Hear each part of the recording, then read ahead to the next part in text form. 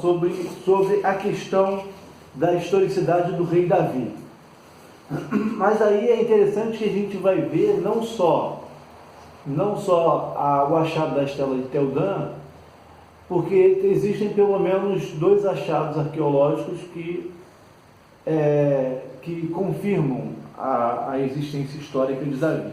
A importância disso está no fato que, antes dessas descobertas, os historiadores minimalistas, são aqueles que atribuem o mínimo de historicidade possível à Bíblia, né?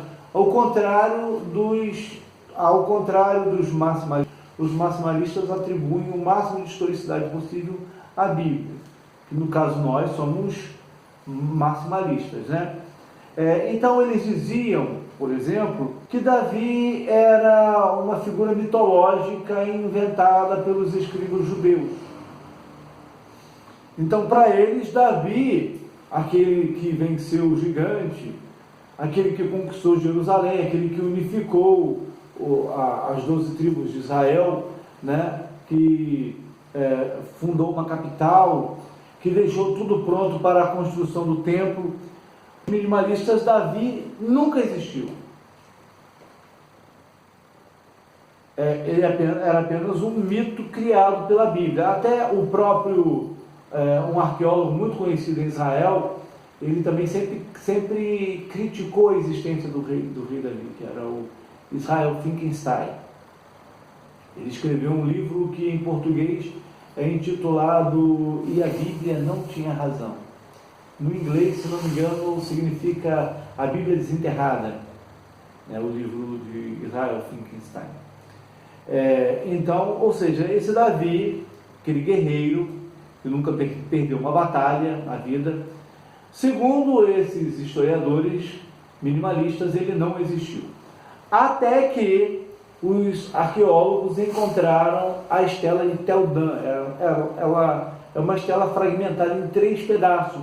Aí depois descobriu-se que quando eles juntavam os pedaços, aparecia uma inscrição. E a estela é exatamente o quê? A estela é uma pedra. É uma pedra mais ou menos formada de um quadrado. Se os irmãos puxarem no Google através do celular, os irmãos vão ter uma ideia de Israel. E aí, quando juntou as pedras, viu que elas se encaixavam, que formavam um texto. E ali citou a existência de 3 personagens citados na Bíblia. Então, endossando a historicidade do texto bíblico. Ali tem o nome do rei Jeú e de um certo rei que era da casa hebraica, Beit David. Então, essa estela, ela provou a existência do rei Davi, e não só do rei Davi, mas daquilo que a Bíblia chama da dinastia davídica que reinou em Judá. Entende-se por dinastia o quê? O governo de uma família, né? Então, Davi morreu, seu filho Salomão assume o reinado, Salomão morre, vem Roboão, e Roboão morre, e assim por diante, né? Então, confirma esse fato histórico. E esses personagens aí citados na Bíblia. Daqui não dá para ver direito. Exatamente. Depois os arqueólogos encontraram uma outra pedra que era... As escritas, não. Está vendo? As escritas, não. Depois os arqueólogos encontraram uma outra pedra que também confirma a existência da casa de Davi. Essa outra pedra, ela mostra um rei. Agora me foge da memória o nome dessa pedra. Semana que vem, de repente, a gente traz o nome. Se eu não lembrar agora, semana que vem a gente traz. Ela mostra um rei da casa de Davi se prostrando diante de um outro rei. né? Ou seja, era uma pedra que comemorava uma vitória sobre os reis da casa de Davi. Depois, ou seja, antes, os historiadores minimalistas, eles defendiam que o rei Davi não existia. Com esses achados arqueológicos, eles passaram a falar, não, tudo bem, realmente Davi existia, mas ele não existia esse negócio de império unificado, reino unificado, Israel não, ele era no máximo um líder tribal. Até que os arqueólogos recentemente desenterraram aquilo que, na verdade, as pesquisas ainda estão acontecendo, né, para confirmar se realmente é isso, mas tudo indica que seja. Eles encontraram os restos do antigo palácio do rei Davi. E como que eles sabem, como que eles chegaram a esta conclusão? Embora eles estão estudando para confirmar, para saber se é isso mesmo. Por causa daquilo que a Bíblia fala sobre Davi, que do seu terraço ele fez outras casas de baixo, aí ele viu Batseba lá tomando banho, né, que levou ele ao adultério. Na época do rei Jeremias, que tinha, aliás, do profeta Jeremias, perdão, que tinha poços ali de lama, encontraram ali no pátio do palácio poços, a localização geográfica, né, que o palácio de Davi, porque a Jerusalém de hoje não é mais a Jerusalém da época de Davi. A Jerusalém do tempo de Neemias, a Jerusalém do tempo de Salomão não era ainda a Jerusalém do tempo que Davi a tomou dos jebuseus.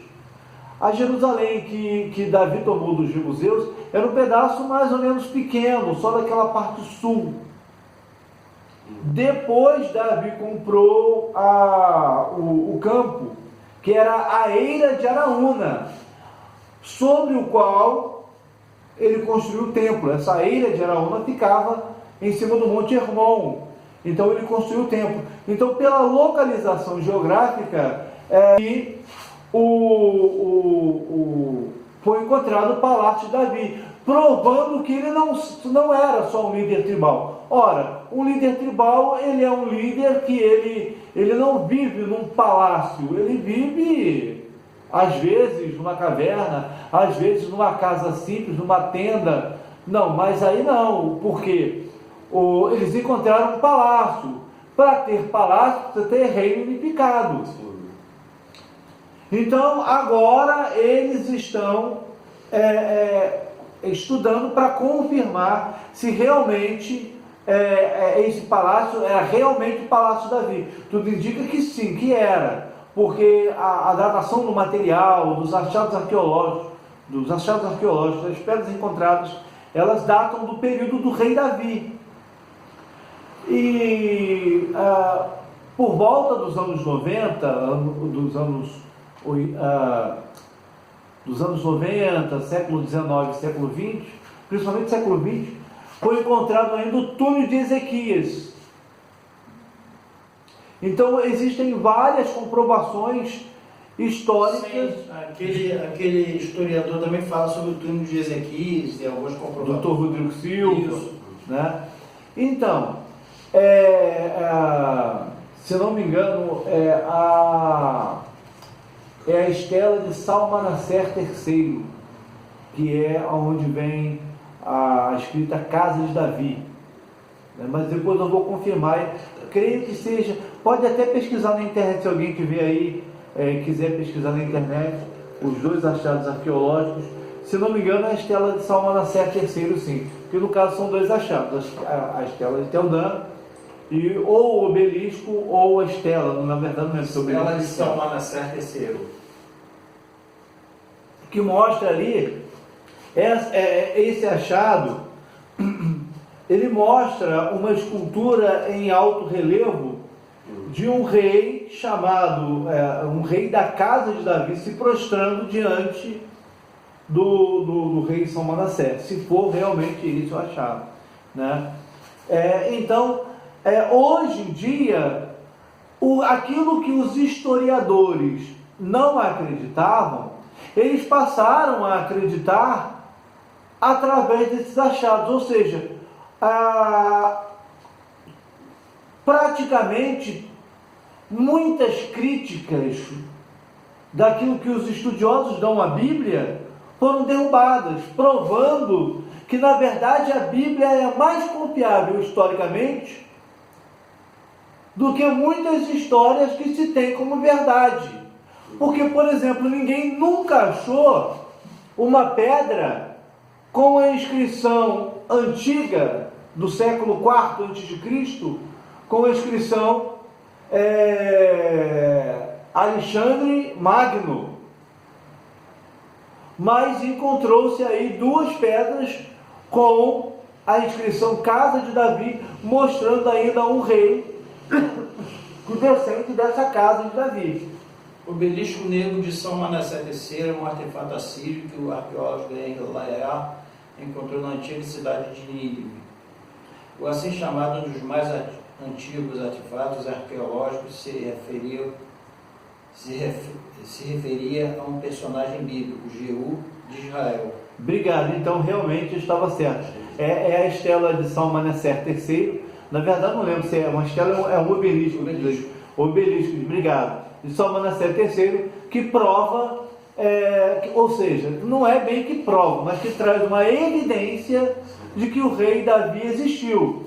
Então hoje não se tem mais dúvida de que existiu um personagem chamado Davi, que é o Davi que é mencionado na Bíblia. Só por simplesmente comprovar de que houve pessoas que vieram de Davi, né, descendentes dele, já se prova que ele existiu. Que ele existiu. Exato. E aí depois, outros reis, por exemplo, as pessoas duvidavam da existência. Isso fora da As pessoas duvidavam da existência de Nabucodonosor, o rei mencionado no livro do profeta Daniel. Até que alguém lá no sítio da Babilônia, da antiga Babilônia, encontrou um tijolo com o nome Nabucodonosor, o portão de Istar. Eles encontraram ali, né? Encontraram um tijolo com o nome Nabucodonosor. E aí eles lembraram, alguém lembrou que na Bíblia tem um personagem chamado Nabucodonosor, e quando eles viram, não, é o Nabucodonosor que a Bíblia menciona, o rei Nabucodonosor. Né? Então, por exemplo, a Torre de Babel ela foi construída na terra de Sinear. As pessoas, os críticos, os minimalistas, duvidavam, falavam, nunca existiu essa terra de Sinear, não, isso aí é invenção dos escribas judeus que escreveram a Bíblia. Não. Depois eles encontraram ali na Babilônia a terra de Sinear. Isso é muito antigo. Muito antigo. Eles também duvidaram, por exemplo, da existência dos hititas, que a Bíblia chama dos heteus, descendentes de Et. Até que eles encontraram minério de ferro, restos de uma usina de ferro, com a inscrição, eles encontraram a inscrição hititas, ou heteus, que significa os filhos de Et. E aí eles confirmaram que o povo mencionado na Bíblia existiu. A existência dos filisteus também está no Egito, porque os filisteus também tentaram invadir o Egito por volta do ano 1200 a.C. Então tem vários achados arqueológicos, aí a gente menciona principalmente a estela de Tel Dan, que foi encontrado ao norte de Israel, na terra de Dan, né? E o obelisco de São Manassés III. Então eles eram bem poderosos os filisteus nessa época, para tentar invadir o Egito. Os filisteus, a maioria dos historiadores acreditam que os filisteus vêm da ilha de Creta, aquela ilha comprida que tem ao sul da Grécia, que tem ali, que é banhada pelo mar Mediterrâneo ao sul e pelo mar Egeu ao norte. Então eles teriam saído dali, teriam conquistado, teriam saqueado os hititas, e com os hititas eles aprenderam a controlar a tecnologia do ferro. E Na fabricação de navios, de barcos. mas nesse período o que mais tornou eles fortes militarmente foi, Nesse período aí. foi manusear a fabricação de armas de ferro, né? E a maioria das armas que eram fabricadas na época eram armas de cobre, eram armas de metal. Parou de fumar? Não.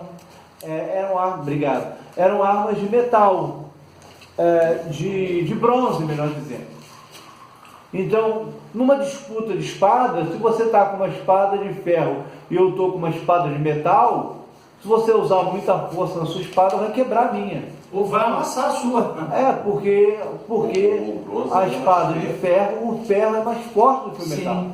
Então, aí eles invadiram o Egito, mas o Egito era militarmente mais preparado, né? Porque embora ainda não dominava muito a tecnologia do ferro, mas tinha um exército melhor preparado, tinha mais armas. O contingente era maior. O contingente era maior. Aí eles não conseguiram invadir o Egito na época do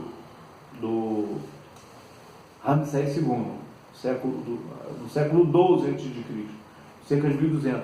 Aí eles foram habitar ali na terra próxima a Israel, né, naquelas 5 cidades cristeias que eram Gaza, Ecrom, Ascalon e Asdod. Tinha outras também, Ziklag, que eram aquelas cidades costeiras, né, que ficavam próximas ao mar Mediterrâneo. E daí vem o nome Filisteu. A palavra Filisteu significa povos do mar. Significa povos do mar. Palestina hoje deriva dessa palavra. A palavra Palestina, na verdade, foi um termo pejorativo. Ali também é uma estratégia, né? Cidades costeiras sempre tem portos, então faz os navios. Mas Israel também tinha porto. O porto de Haifa. A Cesareia de Filipe era um porto Marítima. também. Cesareia Marítima. Cesareia Marítima, exatamente. Alguns antigos também, alguns estudiosos também dizem que eles se originam também da Europa. Os filisteus? Sim. Sim, porque a ilha de Creta fica na Grécia. A Grécia faz parte da Europa. Europa Oriental. Quando você falou a ilha de Creta, eu estava confundindo com Chipre. Não. Creta já cá. Chipre é aquela ilha que fica próxima a Israel mesmo. Fica próxima ao atual Líbano. Uhum. Em frente ali o Egito e a Egito ao sul e mais ou menos por aí, né? Então, aí a gente vê que há comprovações fora da Bíblia, que enquanto as pessoas leem, eles falam, por exemplo, que aquela pessoa nunca existiu. Por quê? Porque só está na Bíblia. Como a Bíblia é um livro religioso, eles preferem acreditar